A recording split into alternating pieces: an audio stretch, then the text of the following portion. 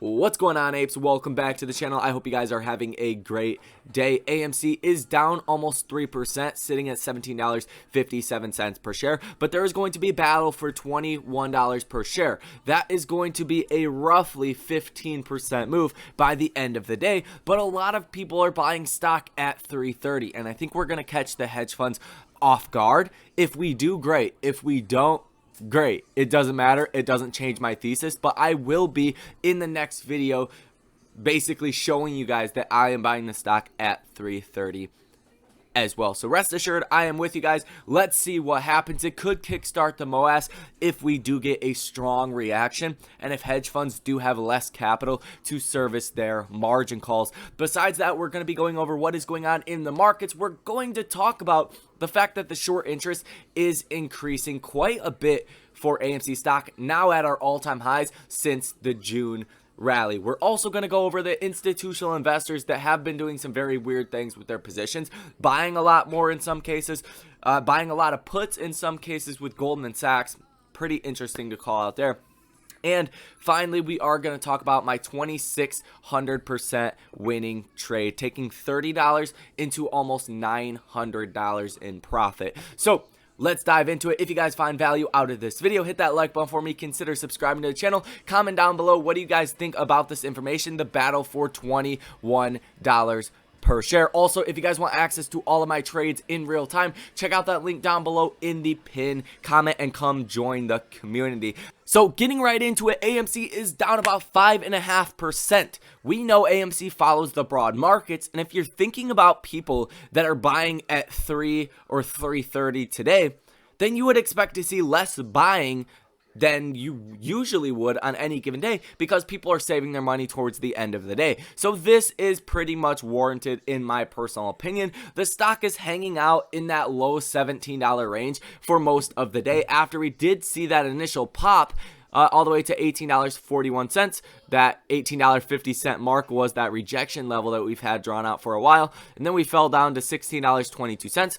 And ever since then, we've been in that $17 range. So this is pretty typical of what I expected in the beginning of trading today. That battle for 21 is very interesting because if we do catch the hedge funds off guard, it's very possible that we do go to those ranges because the markets have been selling off. So hedge funds have less money to service those margin calls, and they may say, hey, this is a good time to cover on our short positions and cover on those positions. As far as what is going on in the broad markets today, we did see a pretty substantial bounce in the broad indexes, and now we are coming back down. So that's definitely going to play into what happens with AMC. The Russell 2000 is up 0.71%. AMC is the largest holding of the Russell 2000. So this just goes to show and highlights the deep level of manipulation that is at stake here when the Russell 2000 is up over 0.5%. And AMC is down 10 times that amount, down about 5%. So I think that speaks volumes in and of itself. But as far as what is actually happening today, Biden is speaking right now. It was just breaking news. I guess it's not right now, about supply chains getting those back to normal, as well as semiconductors.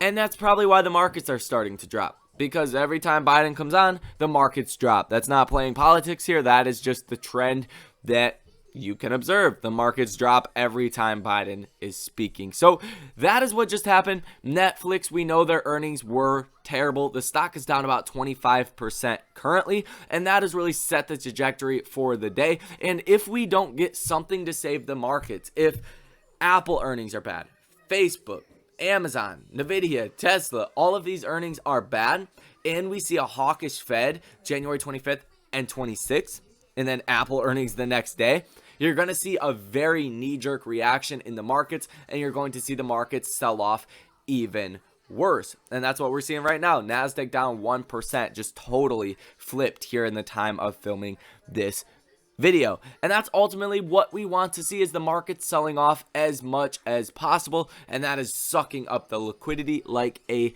vacuum. So that's the scoop as far as the markets are concerned. That's really the price action on AMC. It's hard to tell what's going to happen until people do start buying the stock, but I do think $21 is not off the table, especially if we catch the hedge funds off guard and they are forced to rapidly start to cover on some of those positions. As well as that, the option chain, if we do take a look at this and pull this up, we can see that there is a lot of open interest at that $20 strike. We do have about 33,253 contracts at the $20 strike, expiring obviously today. So if these are not fully hedged for, which I know they're not hedged for at all, then you're gonna see a lot of rapid hedging that has to happen today, right? So if market makers would have this obligation to deliver 3.3 million shares at $20 per share, if the stock gets to $20 per share, they're going to instantly have to buy 3.3 million shares. They're going to try their best to keep it under $20 per share. That's really the key level. If we hit probably 19, we're probably going straight to 20 and then probably going straight to 21 and $22 per share. They're going to do whatever they can to keep it under 20. So keep that in mind. They're going to throw a lot of money at AMC to keep it under these key levels. As far as the short interest is concerned, we're sitting at 20.2% short interest of free float. This is the highest level that we have been at since the June rally. So it's looking good in that aspect, and it looks like some shorts will likely be forced to cover later into the day. Cost to borrow has actually went down just a little bit. I think these numbers are just bullshit anyways. I don't think you can actually think that I don't even think it's logical to say, hey, if you went to a bank and wanted to short AMC or a broker, they're not going to give you that stock for less than 1.4% as the cost to borrow max. It's not going to happen. Now, you are seeing the shares that are sold short at 103.63 million. Share utilization at 71.47%. Days to cover at 2.64. This is incredibly bullish and something to be very excited about. You know, to be honest with you guys, just to put this out there, I don't care if I'm right or wrong about the stock moving up at the end of the day with people buying the stock. I really don't give a shit. To be honest with you guys, I don't care what happens. I hope the stock goes to 10 so I can buy double the amount of shares for half the price, right? So if you have conviction in your stock, it does not matter what happens. I think it's logical to say this should make sense to you, and we should see, you know, a bounce at the end of the day, a rally because people are buying the stock. That's the ultimate goal. Hopefully push it to $21. But I want you guys to know, if you're bagging on that, if you're overly excited on that, you need to really sit down and get your convictions in line. You need to research the fundamentals. You need to research the actual data, how days to cover, a 20% short interest, as well as the community here is going to fuel a massive short squeeze. If you don't get that part, then getting caught up in the day-to-day, you know, catalyst or people buying the stock doesn't even matter. This is like the icing on the cake of a trade I already know is coming. If I'm wrong, shit, I'll lose a bunch of money. So there's that. Now, as far as the actual Stonk tracker data, we could see that we do have still 7 million shares that are available to be borrowed and sold short. So there is a lot of power here to keep us under $21 per share, and they're going to need to use that once people do start buying the stock. And I am honestly just very excited to see what happens with this. We've never had something like this actually happen, with people just getting paid, deciding to buy the stock on Friday at 3:30 p.m. without anybody really telling them to, coming to their own conclusions on that. I think it's going to be a very interesting experiment, and I want to see the volume pick up and be reflective of how many people are actually buying. I've seen people that said they're putting 4K into the stock, 10,000, 15,000. Kind of crazy when you think about the kind of volume we should be seeing. As far as calls, we do have 50,000 that are in the money, 718,000 that are out of the money, with, I believe, at the $18 strike, 3,500 calls that are in the money, calls expiring in the money for January 21st at 46,000 as of currently.